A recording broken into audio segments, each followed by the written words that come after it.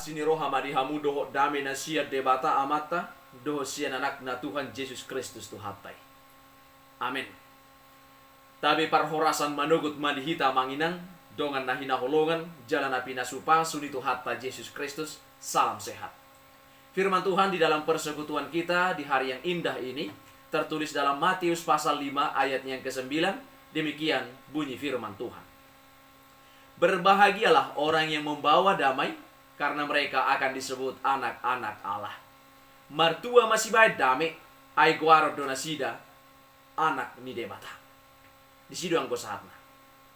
Saudara-saudara yang kekasih yang diberkati oleh Tuhan kita Yesus Kristus. Damai itu indah.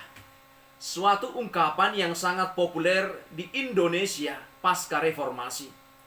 Peristiwa kerusuhan massal tahun 1998 telah membuat kota-kota di Indonesia sangat mencekam dan menakutkan.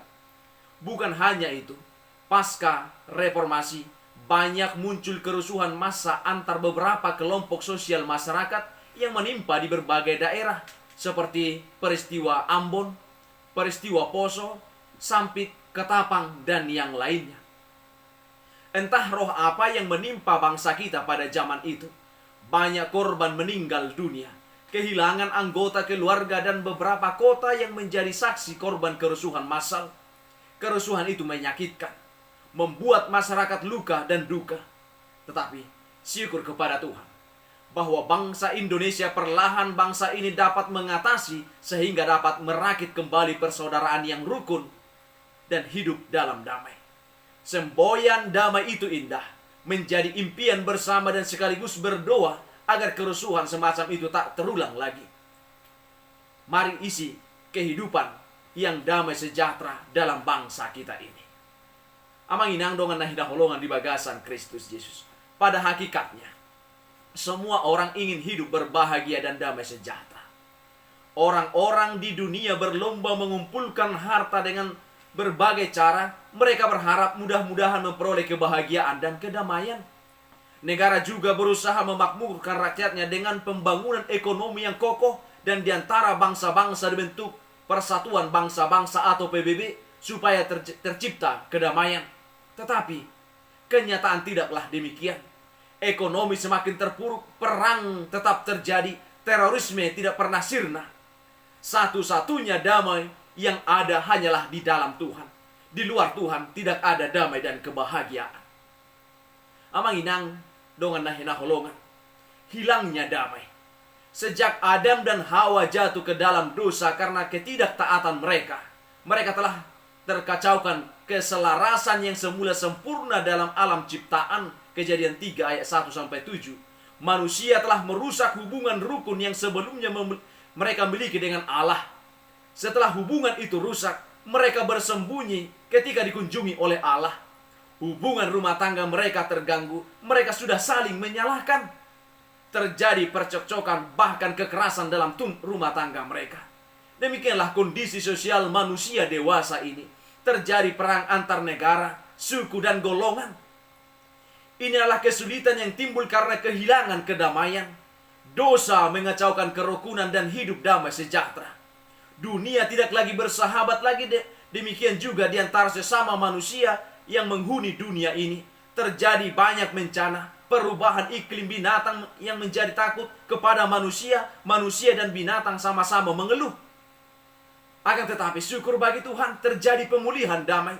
Meskipun dosa telah merusak dan menghancurkan kedamaian yang semula adalah melekat pada seluruh lapisan ciptaan Allah yang sempurna.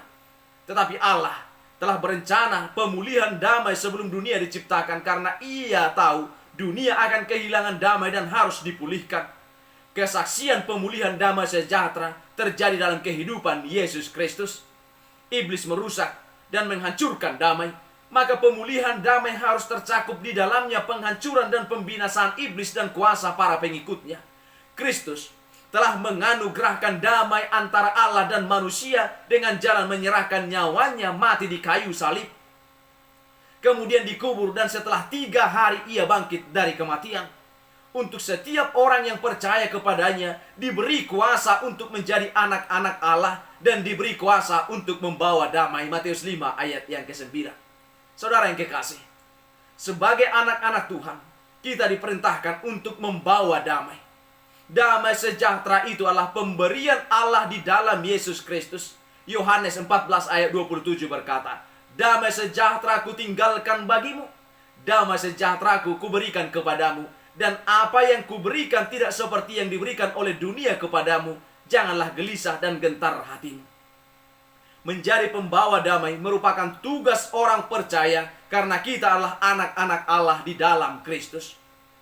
Amanginang, di dalam bahasa Yunani, kata damai dipakai eirene, berarti damai atau damai sejahtera, salam, ketertiban ataupun selamat. Kata ini menunjukkan suatu kondisi atau situasi di mana setiap orang hidup aman, tertib, dan sejahtera. Dalam situasi damai, orang dapat berbuat banyak untuk membangun kehidupan ini. Produktif dalam berbagai perbuatan baik, namun dalam situasi yang tidak damai atau kacau, orang berhikmat pun akan kehilangan akal. Disinilah pentingnya kehadiran orang percaya menjadi pembawa damai agar dunia ini produktif akan kebaikan. Di mana setiap orang dapat mempersembahkan hidup dan talenta yang dimilikinya untuk membangun kehidupan. Dalam keadaan dunia yang kacau balau, demikianlah orang percaya dipanggil untuk menerima damai dan menjadi pembawa damai. Masih ingat kita para malaikat bernyanyi bersama gembala di dalam Lukas 2 ayat 14 berkata, kemuliaan bagi Allah di tempat yang maha tinggi dan damai sejahtera di bumi di antara manusia yang berkenan kepadanya. Harus kita ingat, damai itu hanya akan kita terima oleh orang yang berkenan kepada Allah. Maka jangan heran jika dunia ini menolak kedamaian. Sekalipun demikian, orang percaya harus menjadi pembawa damai dan pembuat kedamaian. Berbahagialah orang yang membawa damai. Di sini tersimpan upah dan mahkota, yaitu bahagia. Namun mahkota kebahagiaan ini akan diraih lewat perjuangan. Tidak mudah menghadirkan damai. Pembawa damai akan dibenci oleh hater atau penyebar kebencian. Damai itu adalah lawan daripada pelaku kejahatan. Orang-orang jahat akan diuntungkan dalam situasi kacau, namun banyak kerugian yang dialami masyarakat. Sebaliknya, dalam situasi sosial yang damai, orang yang baik dan berakal budi akan produktif membangun kehidupan ini. Menjadi pembawa damai membutuhkan ketekunan dan kesungguhan. Hidup membawa damai biarlah menjadi gairah kita bersama. Jangan lagi tampil menjadi pribadi yang membawa kekacauan dengan terus berjuang hidup di dalam kesalahan. Jauhkan dalam diri kita menjadi batu sandungan bagi orang lain, tetapi raihlah kemenangan dengan membawa orang kepada sang empunya kedamaian. Santo Fransiskus dari Assisi pernah berkata dalam doanya, "Ya Tuhan, di mana ada kegelapan, biarlah kami menyalakan terang. Di mana ada kebencian, biarlah kami menjadi pembawa kedamaian." Kedamaian bukanlah sesuatu yang mudah untuk diwujudkan. Ini membutuhkan kerja keras setiap bangsa dan setiap individu. Karena dosa yang bersarang pada hati manusia, kita memiliki kecenderungan alami untuk berkonflik dengan sesama. Yakobus 4 ayat 1 sampai ayat 2. Tetapi orang Kristen yang sejati ditandai dengan kasih yang membawa kedamaian. Itulah semua karena Yesus. Teladan kita yang agung adalah Raja Damai. Yesaya 9 ayat yang ke-6. Ketika Yesus ada di dunia ini, Yesus mengajarkan semua pengikutnya untuk hidup dalam bersama. Bahkan di kayu salib, akhirnya Yesus berhasil mendamaikan Allah yang suci dengan manusia yang memberontak. Dan dalam kedatangannya yang kedua kali, Ia akan menghancurkan segala kejahatan, menegakkan kerajaannya yang kekal, dan memberikan kedamaian yang kekal bagi orang-orang percaya. Wahyu 19 sampai dengan Wahyu 21. Saudara-saudara yang terkasih dalam nama Tuhan kita Yesus Kristus, seorang pembawa damai juga adalah seseorang yang bisa membawa diri dengan baik dan menciptakan suasana yang menyenangkan, sehingga tidak menimbulkan kebencian dan permusuhan. Pertanyaan kita sekarang adalah, bagaimana cara kita agar bisa menjadi pembawa damai dalam lingkungan kita? Yang pertama, kita harus bisa menjaga sikap, perkataan, dan tindakan. Diperlukan sikap yang bijaksana di dalam menghadapi setiap orang dengan pembawaan mereka masing-masing. Demikian pula dalam menyikapi suatu keadaan atau permasalahan. Kita harus menjaga sikap agar suasana damai sejahtera tetap terpelihara. Kata-kata yang kasar dan fitnah yang sengaja dilontarkan untuk menyakiti hati seseorang janganlah dilakukan. Marilah kita saling menjaga. Lidah ini memang sangat sulit untuk dikekang. Kata-kata bisa meluncur keluar begitu saja. Apalagi ketika seseorang dalam keadaan emosi. Selanjutnya emosi yang tidak terkontrol akan melahirkan tindakan yang berakibat buruk. Mintalah agar Roh Kudus senantiasa menguasai seluruh kehidupan kita. Sehingga yang selalu kita hasilkan melalui kehidupan kita hanyalah buah-buah roh.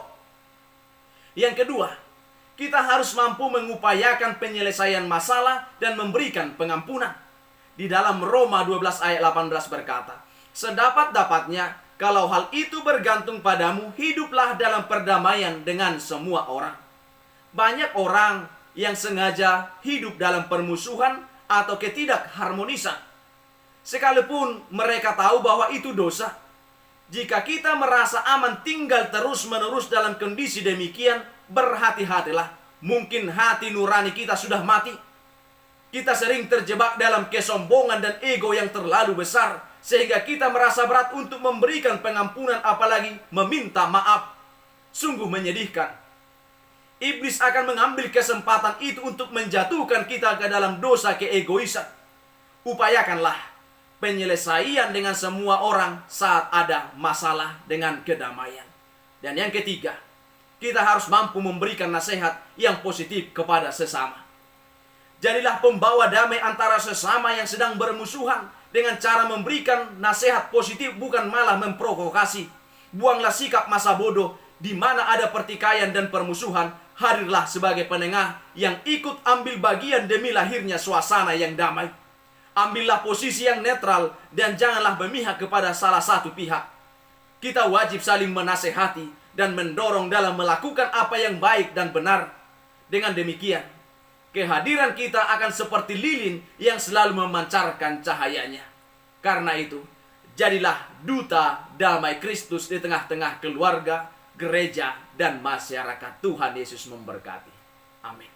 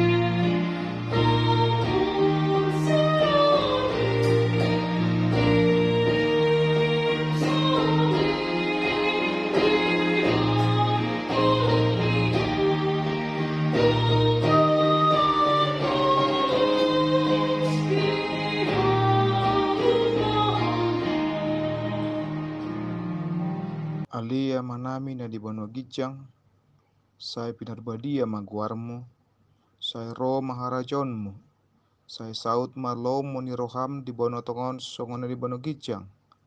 Lehon matuhami sadaron hanguluan siap hari, sesa madosa nami songon panesa nami, di dosa ni dongan namar dosa tuhami. Unak kami togion tu panguncunan, palua mahami sian pangago, ai hodo na punah rajaon, dohot hagugoon, rodia sangapon saliling nililingna. Amin.